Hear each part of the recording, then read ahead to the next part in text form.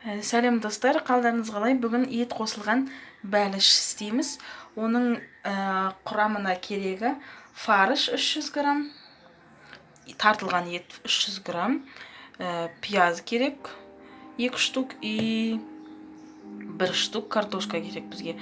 Пияз бен картошканы кубиктап турап аламыз, осылай ұсақтап, оған тұз, бұрышын қосып, начинкасын дайындаймыз. Енді бізге керек тестаға керек. Бізге 1 стакан айран керек, 2 яйца керек, разрыхлитель керек, тұз керек 1 шымшым и 1 стакан ұн керек. Бәліштің тестасына біз 2 жұмыртқаны жарып аламыз. Осы жұмыртқаны жарып аласын, араластырып, содан кейін біз жаңағы айранымызды қосатын боламыз. 1 стакан айранды қосамыз. Осы жұмыртқаға енді 1 шымшым тұзымызды қоссақ болады. Жұмыртқамыз бен айранымызды, тұзымызды қосып араластырып алдық. Енді осыған маргаринді қосамыз.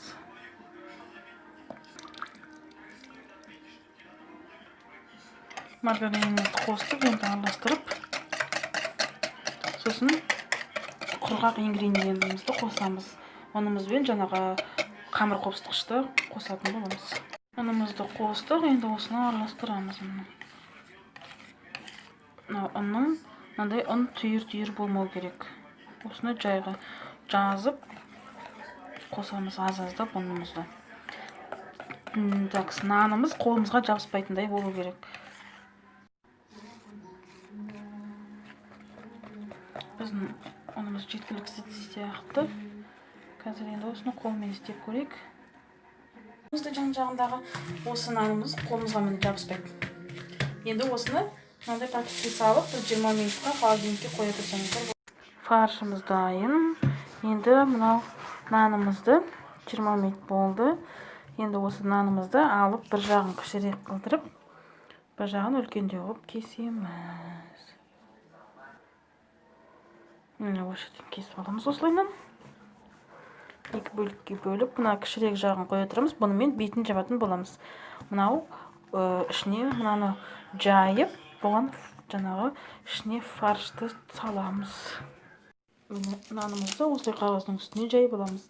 Енді осыған фаршты ақырындап салып, мынаны жайып, нанымызды екінші бөлігін үстін жабатын боламыз. Қазір көрсетемін, қалай істеу керек екен. Нанымызды жайып алдық, осының үстіне фаршымызды қазір саламыз.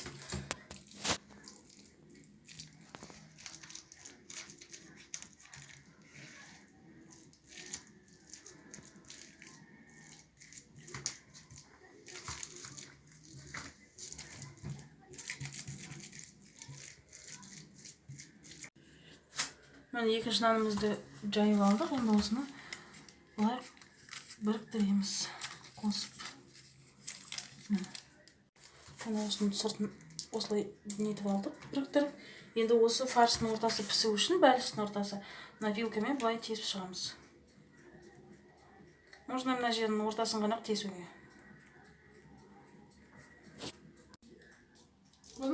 Үсті қызарып пісу үшін осылай жұмыртқаның сарысын жағамыз. Бәлішіміз пісті достар. Бұны піскенін білу үшін осылайынан шимен, зубочисткамен көруге болады. Ешқандай нанның қалдығы жоқ, значит пісті деген сөз.